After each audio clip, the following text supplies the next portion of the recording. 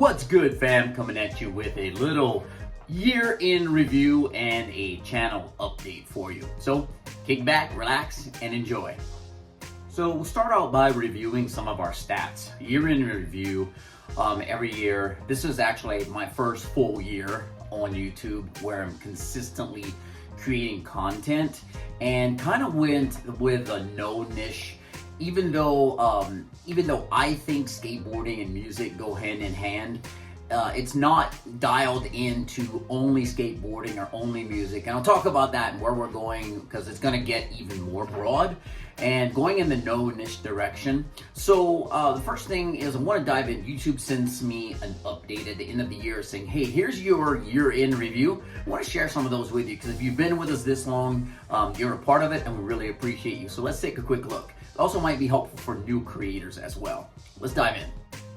Okay, so let's take a look at the most viewed video we had this year. It was actually a trick tip I did on how to early grab tuck knee frontside air. So that one really got a lot of views, and as you can see, 44 hours were watched on that one video.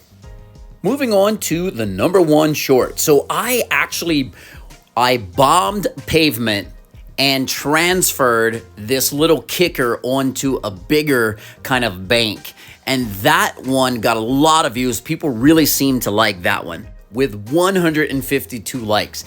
I had a really fun, there are 2 different camera angles on it, but people really love that one, and I always like to tag it with skateboarding is fun. We were up to 7,000 views on that one. Moving on. Okay, so 398 new subscribers, 220,000 views. We had 378 uploads. Was trying to do an upload of 1 video a week and 1 short a day. 6,493 likes, 176 shares, and 368 comments. And I'll talk more about comments later because those are my favorite. Let's look at some more stats here. We just hit 770 subscribers. So hope you enjoyed this review, year-end review on the stats. Now let's get a little bit more into the meat of the video here. All right, hope you enjoyed those stats. Pretty fun for me to review as well, and I'm really proud of what we're doing, really helping out people. Want to get back the comments. So my favorite thing is comments. I answer every comment. Me personally, I answer every comment, even the negative ones. I always come back with, hey, I appreciate your view on this. Here's where I stand, and you know, we can all get along. It's not my way or the highway, and these people are probably just having a bad day. I mean, who takes the time and energy to go and write something negative when what you're doing is trying to do something positive and help other people? It's probably someone who's not in a good state, so I try to be there for them, even though they're trying to really get at me.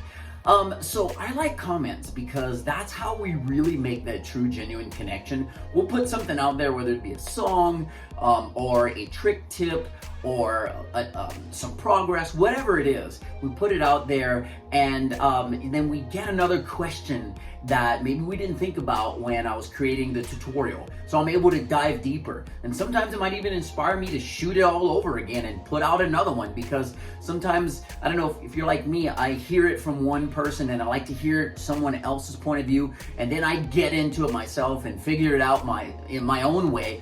But I used the information that I gathered from other people. So sometimes what I'm getting at is hearing it more than one way can really make a difference.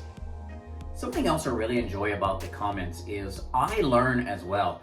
I mean, I remember this one, I put a trick tip tutorial on how to air transfer a spine, and someone commented and he's like, hey, I'll be, something like, don't take this the wrong way, but you're reaching for the ramp with your toes. I go back and review the video, and even I'm landing them. I mean, I put a trick tip out on how to do this. They were right. When I land, I seem to wobble, and it's because I'm reaching for the ramp with my toes, and I'm kind of landing that way, so it puts me into this backside carve. So I learned too from comments. It's okay, there's no ego here. Even though I'm putting out a trick tip, if you're like, hey man, this is great, but if you did XYZ, it will even help you more, or it would help your viewers more, however you want to put it. So I appreciate that. There's no ego here, and I'm very happy to learn. I'm still learning. I'll always be learning when it comes to music and skateboarding and everything in life. Okay, so a new category. We like to use playlists. I use playlists on the channel. I try to separate it into, I've got a skateboarding playlist, and then I have a music playlist. And then there's some videos that might not make either if I don't. We also have a creator, which I'll throw this one on the new creator or creators playlist. We've got a funny family one as well. There's a few videos there, just, you know, gags that they jump scare me and they caught it on film, something like that. We don't do a lot of those, but when we catch them, we'll put it on there. It's fun. So, but anyway, what I'm getting at is we also want to add, and I'm probably going to create another playlist for, I don't know, music lessons or something like that.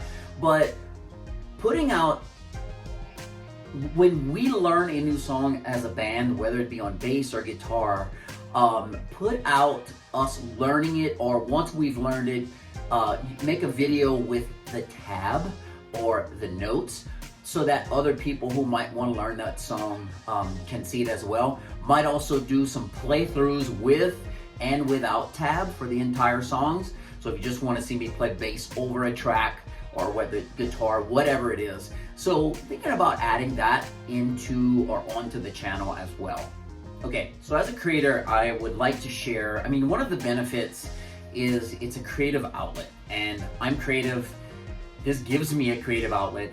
It feels good because I'm helping other people, and I enjoy the process. I enjoy it. So even if no one's watching, the answer to, is it worth it? For me, it absolutely is worth it because it's meaningful. Again, it gives me that creative outlet. Even when I'm doing the thing I'm filming, that's also another creative outlet, and I enjoy all the process start to finish. So one of the things I do when I'm thinking about creating something like even this video here is I usually always have a piece of paper, scratch paper in my pocket, and also use an iPhone. It doesn't matter what phone you use, but I use an iPhone and I have notes in there.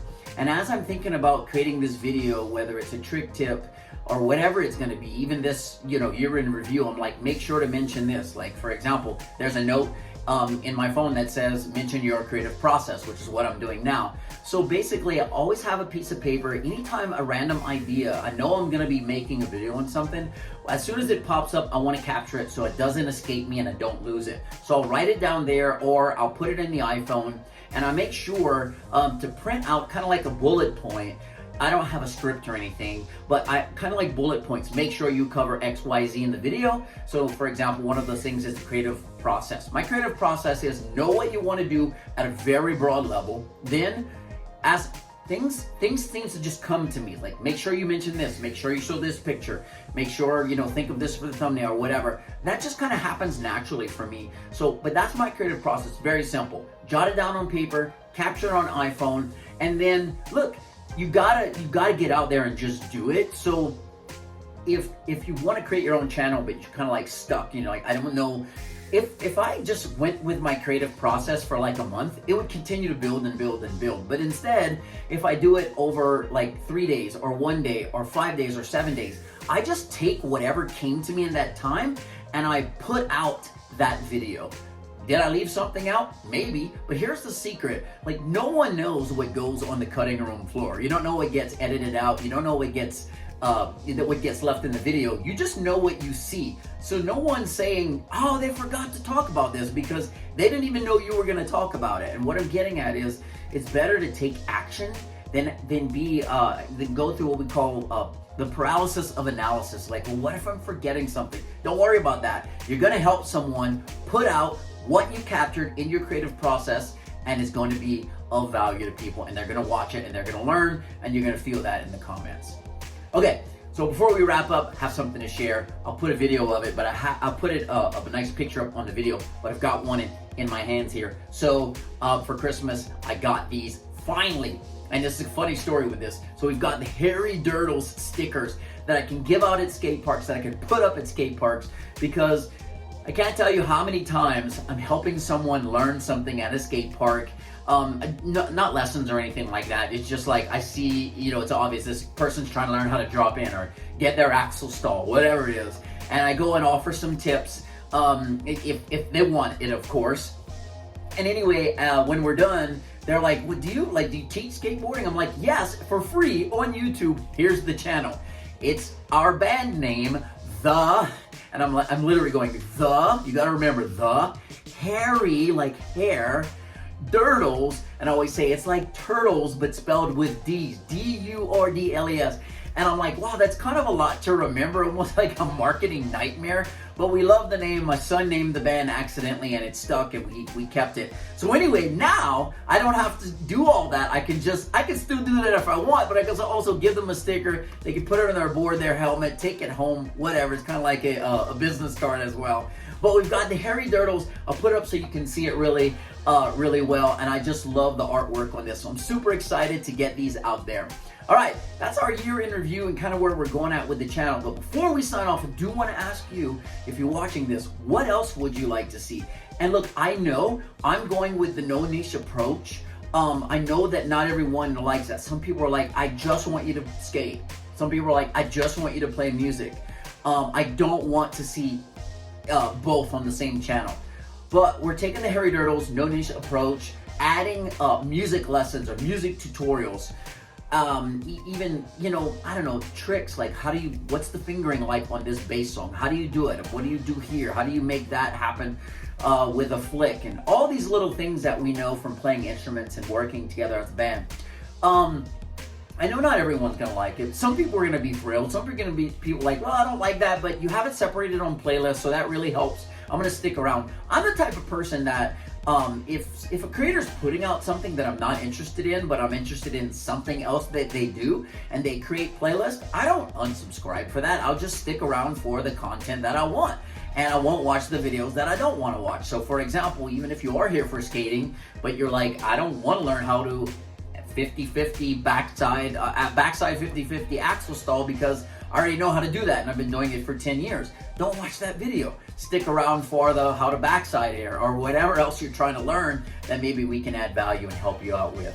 So we're going to separate out into playlists, but I am asking you, is there anything else that you'd like to see that maybe I'm not thinking of? A trick tip request. I don't know, we even had this one person recently was like, hey, learn some, they had a Sublime request, Badfish. And I have started working on that, even put out a Badfish solo with the tablature. It's not a lesson, but I'm playing the solo and they've got the tab there for anyone wanting to learn it. You can screenshot it or watch it over and over. You can watch the fingers and things like that.